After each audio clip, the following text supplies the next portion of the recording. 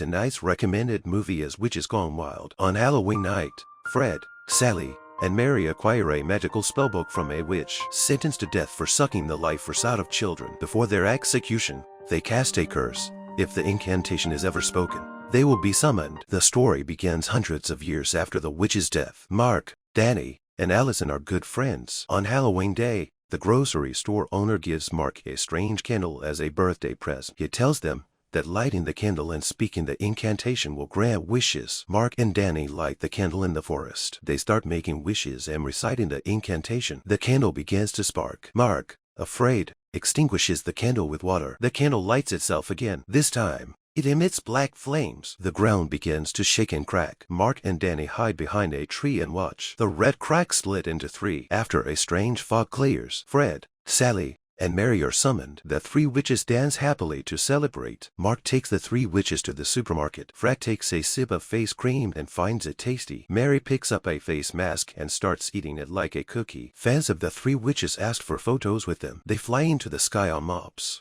brooms, and vacuum cleaners. Mark and Annie come to find the grocery store owner. They learn about the resurrection of the three witches. The grocery store owner excitedly brings out the magic spellbook. The spellbook opens by itself and emits a beam of light. The light shooting into the sky catches the witch's attention. Soon, the three witches arrive at the grocery store. The grocery store owner has always been a fan of the witches. Fred, with a magic spellbook in hand, wants to make a super potion. The open spellbook closes on its own. Because the cost of making the super potion is terrifying, Fred tries several times but can't open the spellbook. Finally, a combination of violence and magic opens the spellbook. In his haste, Fred doesn't read carefully and flips through the recipe list. Fred asks the grocery store owner to help him find all the ingredients before the hourglass runs out. The grocery store owner digs up the graveyard with a shovel. A zombie suddenly sits up upon hearing that the three witches have been resurrected. The frightened zombie turns to return to the graveyard. Upon hearing that the witches can be permanently banished,